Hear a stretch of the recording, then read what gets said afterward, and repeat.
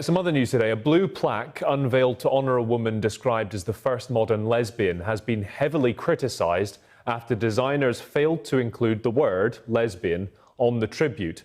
Anne Lister, who was a wealthy landowner, was the subject of much high society gossip in 19th century England for her relationships with other women. The plaque was put up on a Yorkshire church here, where she made illicit vows to a lover in 1834.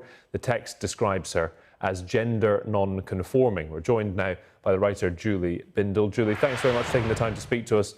Why aren't you happy with that wording? Well, I've been an out lesbian since the 1970s, and it used to be the dirtiest word ever. We would risk our lives, our jobs, being thrown out of our families, and all other kinds of atrocities for using the word. And we were encouraged to use terms such as gay.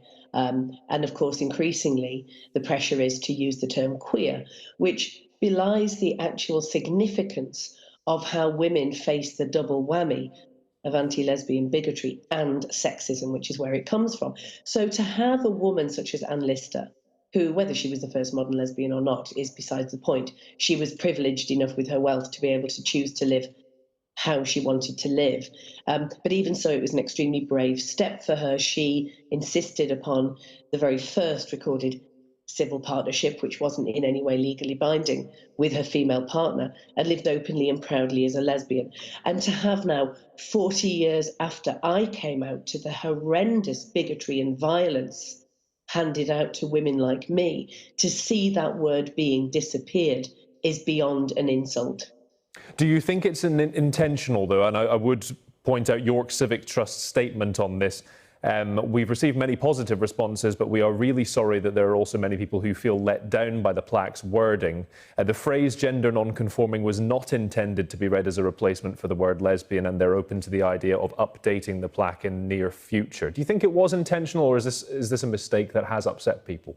Well, intent is clearly a difficult thing to prove, but obviously the fact that this is the first time that a woman has been, such as Anne Lister, has been honoured on a blue plaque because of the bravery of her living as a lesbian. And the committee chose, after what I understand to be 3 meetings to discuss terminology, that they chose to disappear the word lesbian and use a term such as gender non-conforming is outrageous, and it is insulting to women such as myself and other lesbians that have been brave. You wouldn't see that analogy with you would always have the word gay being used in a very proud fashion. And what does gender non-conforming mean? Every feminist on the planet, by definition, refuses to conform to gender, because we're saying we don't want to actually act out the femininity imposed upon us. So it actually is meaningless when it comes to what a lesbian actually is, who lives her life in an out and proud fashion and becomes a role model and a good positive example for all the young women who are now being bullied in university societies or online, who are told that they have to use the term queer or Just gay. on that, Julie, so lots of people, high-profile people, agreeing with what you're saying. Sister Outrider, the feminist author on Twitter, saying unless you can say it loud and proud, you can't speak for lesbians, and she had serious side-eye to every LGBT organisation or campaign that's now shying away from the word lesbian. Yes. There seems to be this battle between trans rights activists and part of the feminist movement, where some claim that lesbians are being erased. That is a claim made by some. What's going on here? Well, and it's absolutely right. And I want to distinguish the trans activists, who are, in my view, misogynists, from the general transgender population, who the trans activists don't speak for. There is a misogyny towards women. Lesbian has become a dirty word because we are blamed for standing up for our rights as females, as those that have particular issues with sexism and misogyny that dictate our lives. It's not because we think biology is everything. Absolutely far from it. We want to rid the world of gender and be seen as human beings. But this is about misogyny. And it's no mistake that now terms such as non-conforming or gay or queer are used for women, but that gay men can keep the term gay. And the whole problem, of course, began with the alphabet soup, the ever-growing LGBTQQI+.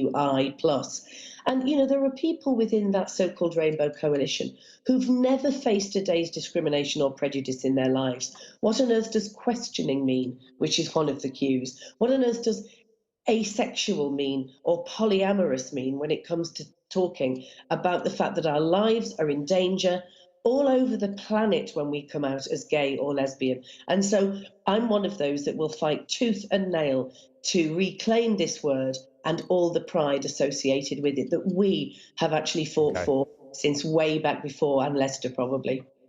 Okay, Julie Bindel, thank you for speaking to us today. Thank you.